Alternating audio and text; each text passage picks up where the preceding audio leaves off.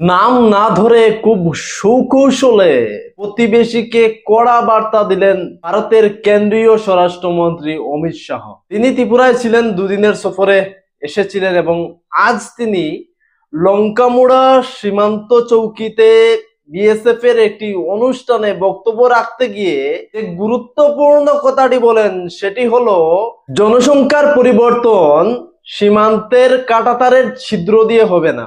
এই বক্তব্যটা কিন্তু অত্যন্ত গুরুত্বপূর্ণ বক্তব্য কেন্দ্রীয় স্বরাষ্ট্রমন্ত্রী, এবং অবৈধ অনুপ্রবেশ নিয়ে যে কেন্দ্র সরকারের যে মনোভাব, সেই মনোভাবটাই কিন্তু তিনি প্রকাশ করলেন। ত্রিপুরা, পশ্চিমবাংলা, ভারতবর্ষের অন্যান্য রাজ্যের যে জনসংখ্যার পরিবর্তন সেটা ঘটানোর যে প্ল্যানিং রয়েছে, সেই পরিকল্পনা কেন্দ্রীয় সরকার বেচতে দেবে। এবং কেন্দ্রীয় স্বরাষ্ট্রমন্ত্রী অমিত শাহ কি বলেছেন একবার শুনে নিন আপনারা। पूरा फ्रंटियर हमारे लिए बहुत महत्वपूर्ण फ्रंटियर है और इस देश की इस प्रकार की सीमा की सुरक्षा करता है जो देश के एक कोने में आए हुए त्रिपुरा राज्य से सटी हुई है। जनसांख्यिकी का परिवर्तन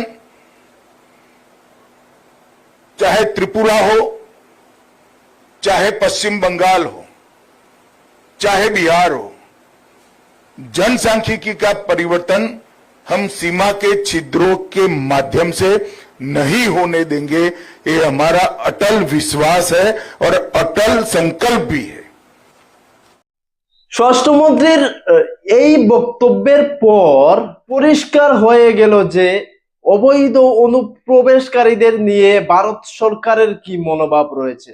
এবং এই যে ইন্দো বাংলা সীমান্তের যে বিস্তীর্ণ এলাকা, এই এলাকায় কিন্তু স্মার্ট ফেন্সিং করা হবে। একটা ভারত সরকারের বিরাট একটা পরিকল্পনা রয়েছে, যে যে নির্দিষ্ট জায়গায় কাঁটাতারের বেড়ার কি কি সমস্যা রয়েছে সেটাকে কিভাবে স্মার্ট ভাবে করা যায়, টেকনোলজির সাহায্য নিয়ে করা যায়, সেটা প্ল্যানিং শুরু করে দিয়েছে এবং আগামী 1 বছরের ভিতরে সেটার কাজ শুরু হয়ে যাবে।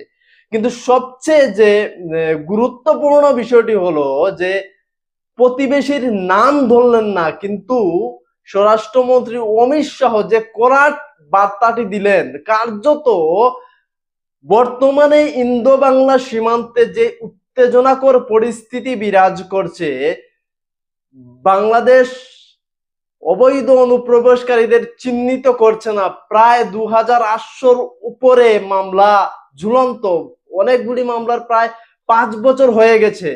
পুশিনে বাধা দিচ্ছে। এদেরকে চিহ্নিত না করলে কি করবে ভারত? এদেরকে তো আর ভারতে বসিয়ে রাখা যাবে না। যদি সমঝোতার মাধ্যমে, আইনের মাধ্যমে কাজ চলতো তাহলে বাংলাদেশ এদের চিহ্নিত করতো, কিন্তু চিহ্নিত করছে না। এই যে সীমান্তে যে উত্তেজনা চলছে, সেই উত্তেজনার মধ্যে কেন্দ্রীয় স্বরাষ্ট্রমন্ত্রী ত্রিপুরার লঙ্কামুড়ার সীমান্ত চৌকিতে বিএসএফ এর অনুষ্ঠানে এসে যে বক্তব্য রাখলেন, সেই বড় বার্তা দিয়েছেন কেন্দ্রীয় স্বরাষ্ট্রমন্ত্রী।